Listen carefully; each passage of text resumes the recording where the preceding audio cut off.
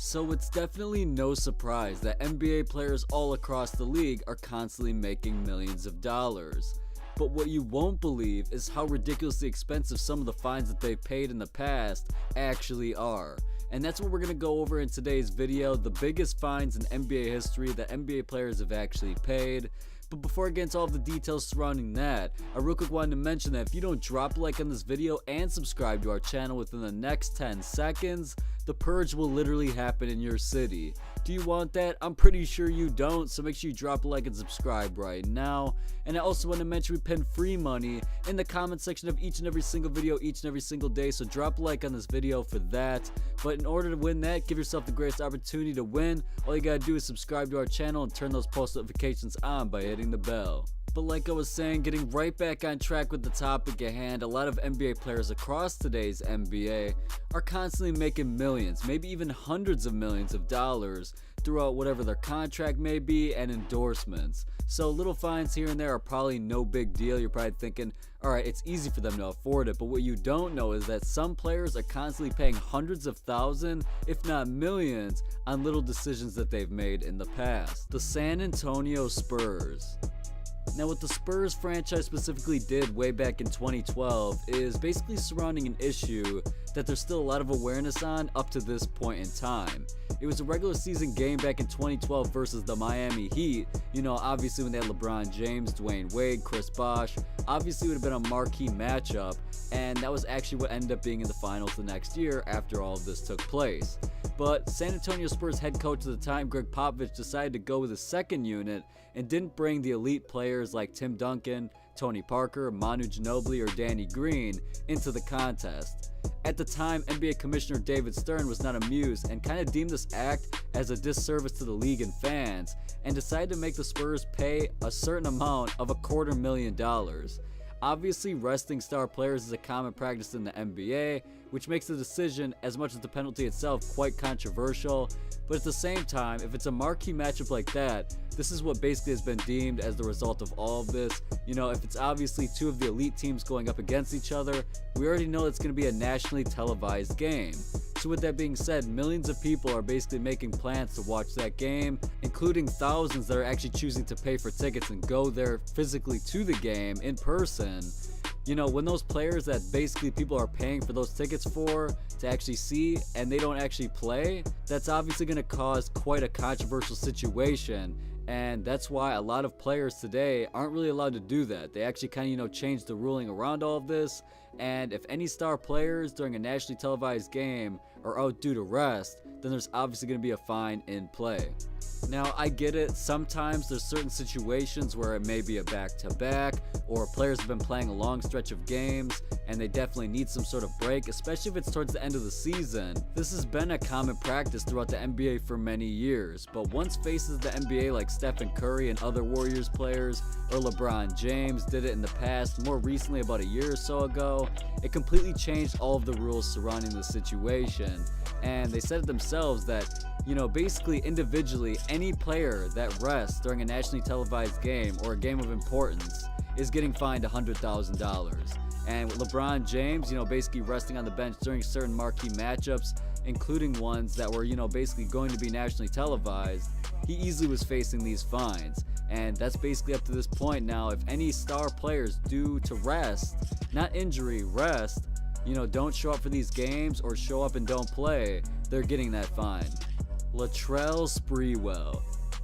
Now, Latrell Sprewell himself definitely doesn't have the best reputation over the course of the history of the NBA. Energetic and extremely talented, Latrell Sprewell is also known for being a volatile character. Back when he was still pro playing for the New York Knicks, Sprewell decided to keep his fractured hand a secret, but it would soon cause him to be out of commission for 6 weeks. Sprewell said he had obtained the injury during the offseason.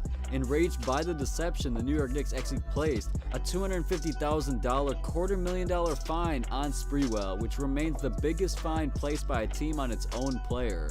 Now, obviously, throughout his entire career, he was a pretty controversial player, getting into constant brawls, and there just being certain situations that you question. This is definitely no surprise to me. Vladimir Radmanovic. Now, probably the most ridiculous reason for getting a $500,000 $500,000 fine But back in 2007, Los Angeles Lakers forward at the time, Vladimir Radmanovic, was actually slapped with such a penalty just for snowboarding. Doing any other physical activity would have been fine, but the NBA, believe it or not, actually has a rule in play that snowboarding or any other extreme sports are no-go zones for their players. Basically, you're not allowed to participate in any of that throughout the NBA season. The league officials argued that players should not enter into physical activities that will put their health at a significant risk. I mean, this is honestly ridiculous. This is something that I definitely didn't know anything about. But I mean, it does make sense to a certain extent, but you can't control exactly what players do with their lives. So something like this, getting a $500,000 fine, $500,000 is probably pretty significant to any player when it's something so ridiculous. But to a player that isn't necessarily that significant and is more of a role player, this is definitely way more controversial than if it was to a face of the NBA. The New York Knicks and Denver Nuggets.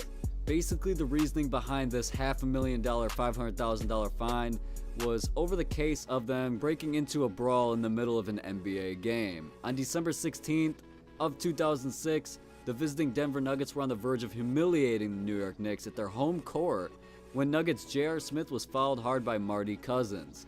Smith then fell to the ground and soon got up, but exchanged heated words with Collins. Nate Robinson joined the entire situation, who was then tackled by J.R. Smith into the crowd, and then carnage ensued. The result of all of this, all the players who were on the court were suspended, each team was fined $500,000, and 7 players got suspended for a total of 47 games over half of the NBA season. Mark Cuban. Now, if you've heard anything about Mark Cuban, you already know that he's extremely rich, owner of the Dallas Mavericks, but his reasoning behind this $500,000 fine was just because of his over-criticism of referee officiating at the time. Mark Cuban may not be the champion of fair play, but when something's wrong with the referees, the courtside officials, and even the commissioner David Stern, he's not one who shies away from dropping F-bombs just to get his message across. Unadulterated approach of venting his thoughts throughout media, social media, anything in general, Cuban has been fined $250,000 on 2 separate occasions.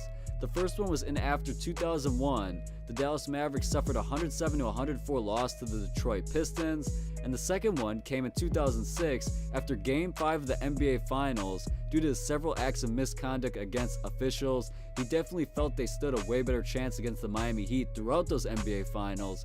But with so many fouls actually being called and helping out Miami Heat, Dwayne Wade, Shaquille O'Neal, all of that, he definitely had reasoning behind why, he felt that they weren't getting the calls that they deserved, and that's what was basically affecting the outcome of that series and of those games specifically. But $500,000 is definitely a reason to keep your mouth shut in those situations, and that's something that he didn't really care about. He didn't care about losing the money. He knew he would. Obviously, there's fines in play when you criticize refereeing, but he didn't care, and he basically just wanted to get his message across. And last but not least, the biggest fine in NBA history had to go to the Minnesota Timberwolves organization for $3.5 million. The reasoning behind all of this? Tweaking the salary cap. The salary cap itself was basically put into place so that all teams across the entire league can have somewhat of a fair field of play when it comes to acquiring star players. Obviously, if teams that aren't as big, in terms of attracting star talent, don't have some sort of leverage in the entire situation, then of course all big name players are going to only go to those huge market teams. But this basically prevents the more financially capable organizations to get the talented players and give the lesser teams the opportunity to fill their roster with elite ballers themselves. But in 2000, the Minnesota Timberwolves were found to engage in under-the-table deals with Joe Smith. Smith agreed to accept a contract deemed below his market value with the promise of a multi-million-dollar agreement in the future. This move allowed Minnesota to acquire more talented players to their fold.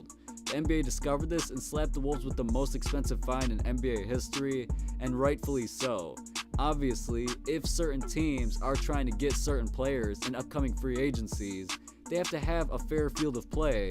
But if teams are, basically manipulating the system and trying to do whatever it takes to win and even go against the rules basically, then obviously there's going to be some sort of consequence on the line. But all in all, hopefully you guys enjoyed today's video. Hopefully you learned something new. If you did, let me know in the comment section down below.